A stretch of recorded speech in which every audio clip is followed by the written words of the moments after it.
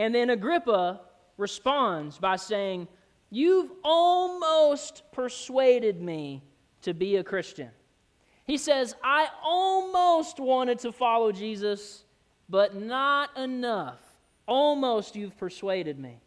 And that word persuasion, have y'all ever heard the word persuasion before? It's okay if you haven't, all right? What do y'all think it means, if you were to guess? If I say I persuaded you to go and do something, what do you think that I mean? What do you think I mean? I know it's a big word. It's okay if you don't know. So persuasion is you make them want to do it. Okay? That's all it means.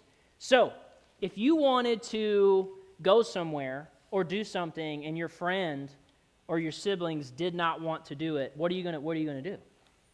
Are you just going to go, "Okay, I guess not," or are you going to try to persuade them to do it with you? You're going to try to tell them all the reasons why they should do it with you.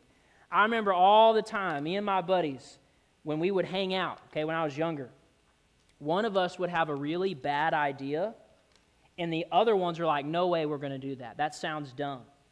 But that friend kept trying to persuade us. He kept saying, "No, but think of all of the fun we're going to have. Think of all the great things we're going to do.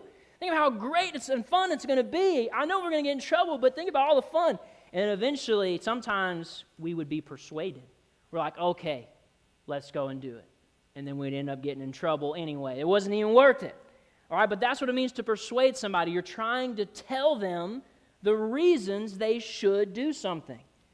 Well, Paul is trying to persuade King Agrippa of why he should follow Jesus. If somebody was to ask you all the question, why should they follow Jesus? Why should they get saved? What would you tell them? What are some reasons people should follow Jesus that you think? What are some good reasons? Like, what are some reasons y'all follow Jesus? What are some reasons you believe in Jesus?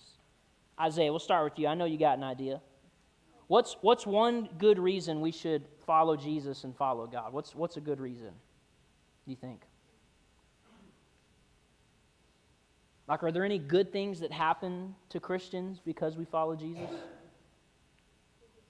We get saved. So here's one reason to follow Jesus, that we are forgiven of our sin. And we don't have to worry about hell because heaven is our home. That's a really good reason. That's a very persuading reason. Are there some other reasons that we should follow Jesus? Some other good reasons, you think? Other persuasions?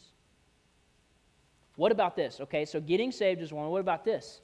That when you're saved and you have Jesus in your life, that He gives you a peace that goes beyond understanding. That even when you feel alone, that Holy Spirit will remind you that Jesus is with you. Ooh, y'all think that's a good reason somebody might want to follow Jesus? Is that they have the peace of Jesus? Yeah, that's a pretty good reason. All right. What about, here's another one. That when you follow Jesus, so not only do you know that heaven is your home, not only do you have peace in your heart, but that God blesses you. Okay? Think about it like this. When you do what your parents tell you to do things go well? Like, do things go good for you when you do what they tell you to do? Like, do they reward you sometimes for